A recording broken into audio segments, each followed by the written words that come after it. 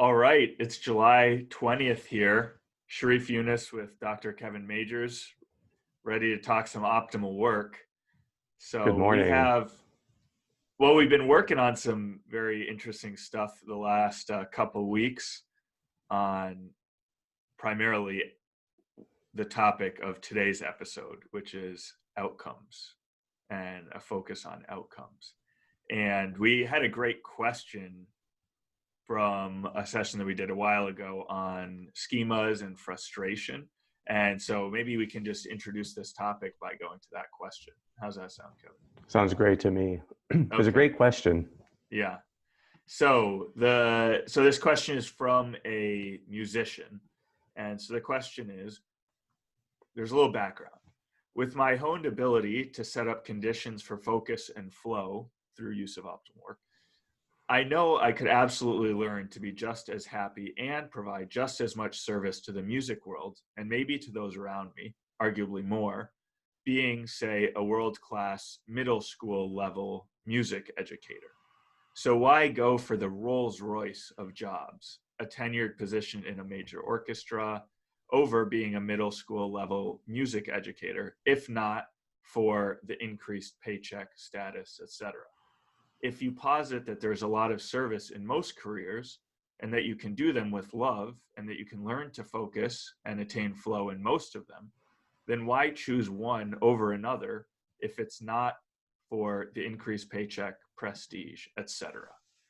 So, Great question. yeah. So, okay. So the basic idea is, you know, if what should determine our career choice, which is actually a question that we've gotten a lot in other venues, is do you have career advice? I mean, it's kind of related to that. Maybe that's something we can get into as well. But so if because part of our philosophy is that any work, you can find opportunities for service, you can reframe it, so you can always see it as an opportunity for growth, practice, learning, service. So if that's the case, then why choose one thing over another? It seems like once you say everything you can do with the spirit of service, then the only distinguishing factor would be money, prestige, etc. So how do you respond to that, Kevin? I think it's a fantastic question. And it really gets to the core, I think, of the vision we have in optimal work of what work can be. So like our ultimate goal for people is to help them be able to bring their highest ideals into each hour of work. So we train people how to work for especially motives of love and service. Love is the ideal of all ideals. It's the ultimate source of meaning. And love shows itself inside of us through growth and outside of us through service. So, that in fact, those two things become the same thing. So that the more we try to serve, the more we can grow. And the more we grow, the more available or able we are to serve. So there's this dynamic between growth and service. Right. And that's exactly what this question gets to, in my mind, is what kind of goals in your career would most allow you to grow and to serve? And if a person were to set a very low goal for himself or herself, then they would face a harder time challenging themselves and growing. And without that positive momentum of growth, then it seems like they could easily lower their sights also for service. So you want to be how does that answer this question? All right. So I think that if a person is okay, let's take a step back and then we'll come back to answer it. Okay. So let's talk about outcomes. Okay.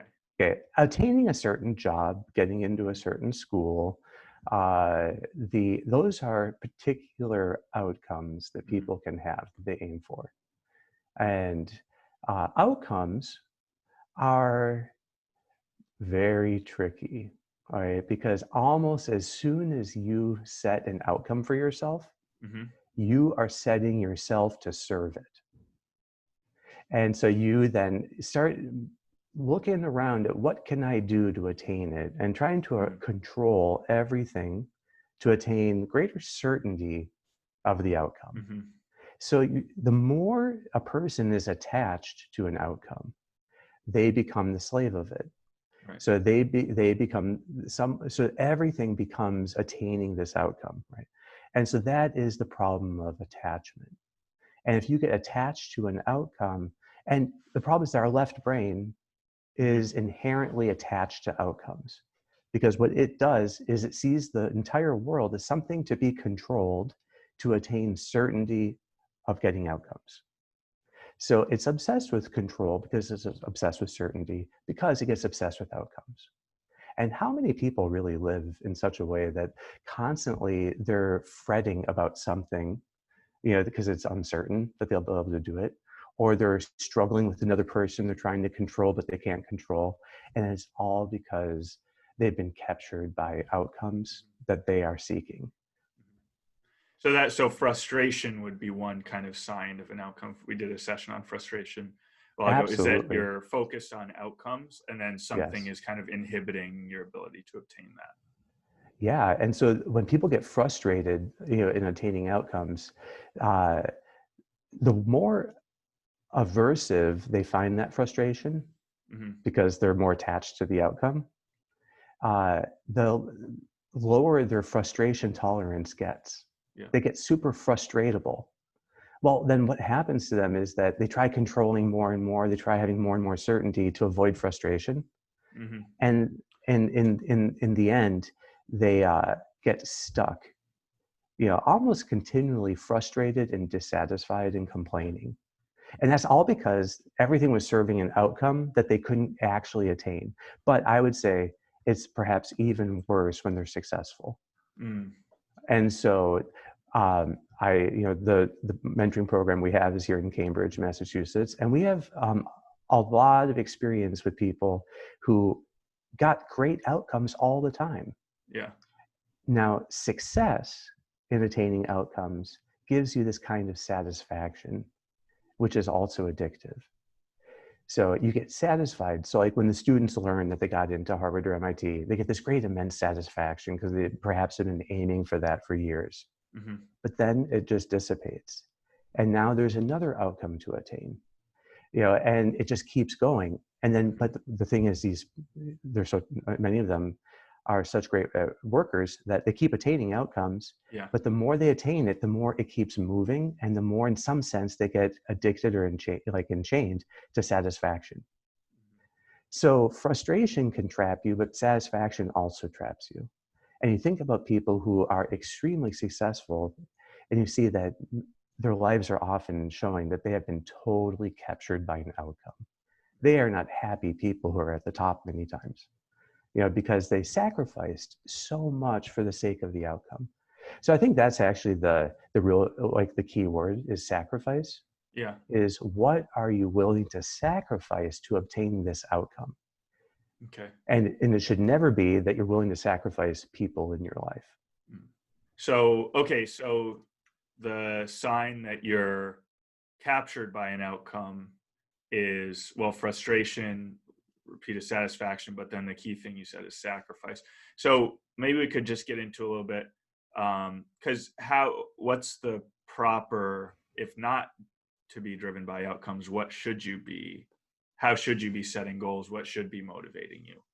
See, I think that this is the question of sincerity. Mm-hmm. Okay, so there is no shortcut to happiness that doesn't go, I mean, you have to actually be sincere about what you're seeking.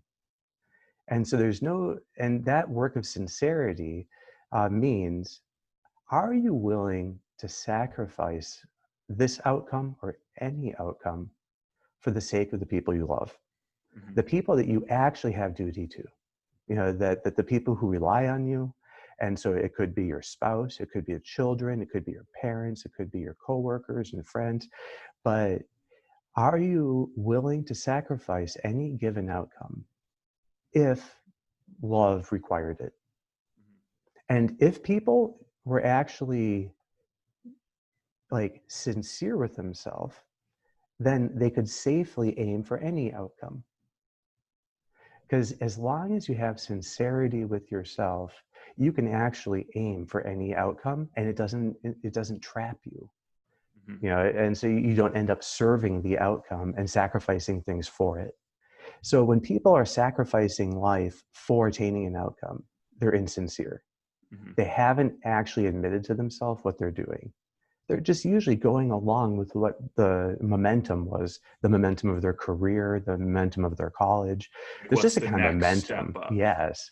And it's always just, okay, attaining the next step, attaining the next step. And then people sometimes, you see this in doctors, you know, after they finally get out of residency, that, you know, they had been on essentially a 24-year tunnel that started Yeah. at kindergarten, you Yeah. know, and now they come out of it and it's like, okay, and now they have like, what do I do? But then there's Yeah. many of them just stay in academics and there's just another track Yeah. and they spend another 24 years as, you know, getting to the professor level.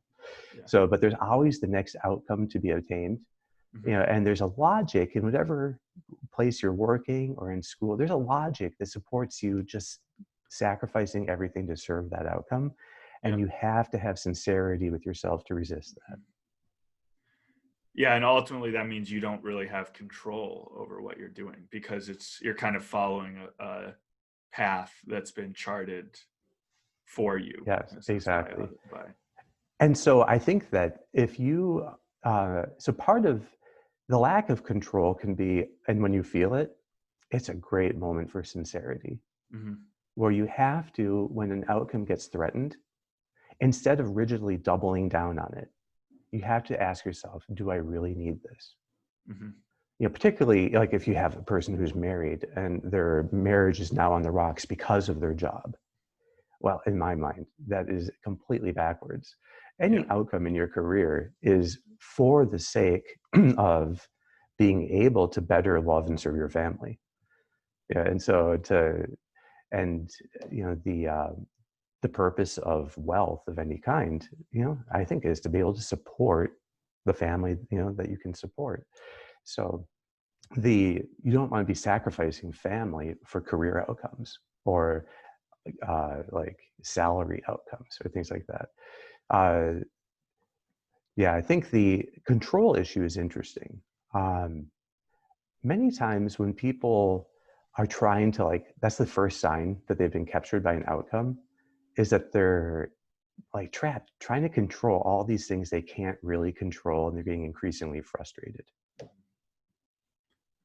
So, okay, so Kevin, so we know that outcomes are dangerous and that you have to be willing to sacrifice them for the sake of service Yeah, and the ultimate point of what your life yeah, actually is all about. So, but when are outcomes good, or like how should we go about actually setting outcome based goals? exactly. So, when should I say, I want to get into this better music school or whatever? Yeah, so the question is, how could that outcome bring out the best in you? Hmm. If that outcome can bring out the best in you, then go for it. And so if it starts bringing out the worst in you, you've gotten attached and now you're serving it. So if a person is reframing the steps along the way and saying, okay, how could I really do this well? How could I optimally grow in pursuing this? Well, we want people, I think, to have very high ambition because ambition ends up serving generosity. Rather than just living for yourself and for self-satisfaction, having a great sense of ambition, you can make you wanting to make a bigger impact and serve the world and to serve the people in it that you love. So, but it requires this kind of sincerity and generosity to keep the whole context, the big picture of what does really matter in life. But what outcomes can do is they can help us to get in shape. They can help us to give more of ourselves in each hour. You know, that we're trying to write the best paper possible. We're trying to do a great presentation, you know, and so you can view each of these as an opportunity for you to grow and learn and practice. And that would bring out the best in you. And the more you grow, the more able you are to love and serve others. Because that growth is deepening, you know, your growth along, it's always along the line of ideals. You know, and so if you can use the outcome to shape yourself, if you can see that the real point of this is that you grow and that you serve, that you be able to essentially, uh, like be the best that you can be according to your highest ideals, then the outcome would be great. And then if the outcome slips from you, instead of getting frustrated, you just get to reset it with sincerity. Okay, maybe I have to let this go. And this is a new way of growing. And now there are other ways for me to grow, but to always prioritize people over projects, to be looking at the people in your life rather than attaining this or that particular outcome. See, the problem is outcomes are very left brain. That's what the left brain does, is it focuses on this particular outcome taken out of context with no relation to people. And it just becomes about problem solving it and getting it done. I was just about to ask, how does this fit into the left brain, right brain paradigm? Yeah, the right brain is always putting things in the bigger context. So just this question of, am I willing to sacrifice this for to be available for my family? That's the kind of right brain orienting question that puts things back in perspective. But it should be that there is this willingness to sacrifice outcomes if we need to forget about ourselves, to give our very best. But aiming for outcomes actually allows you to do that. So, ideally, outcomes are serving ideals. They're not an end in themselves. So the left brain takes the outcome and just turns it into an end and puts everything into attaining it. With the right brain, you don't lose the forest for the tree. You end up being able to see the whole, see how it fits together. And that actually makes you free, that you're not trapped by the outcome. And if it doesn't work out, there's another way of attaining that growth. And it may be that you don't get into this program, you don't get into that, this opportunity, you don't get, but if really you were if that outcome is serving something else, you can flexibly adapt it. So flexibility comes from being able to just put things in a bigger context. Okay, the whole of my life, or you could ask, in 100 years, what does this matter? That's a great context question, that some saints would ask. Like, okay, in the big picture, in 100 years, does this matter at all? Ultimately, in 100 years, the legacy that people leave are the people that they impacted, that they left behind. So not the projects. Very rarely would you have a project last 100 years, but people, yes. Are you big on thinking about legacy? I think that legacy can be an outcome, yeah, but it could also bring out the best in you. Yeah. And particularly if you see that the real impact is generally through your family and the people that you really nurture and help to grow. That's how you have it. That's the ultimate legacy is always familial. Cool. Well, Kevin, that's all we got for today. Any last thoughts you want to add before we close this session? I would say, just to make sure we get back to answer the question, is that aiming high is wonderful if it actually helps you grow more, as long as you also have the flexibility to sacrifice it in the moment if you need to.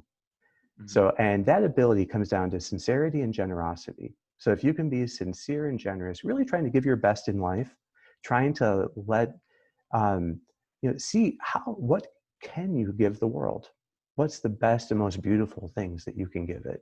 But ultimately, it's going to be the service to the people in your life. And so I would say it takes sincerity and generosity in each case to answer that question well. Awesome. Thanks so much, Kevin.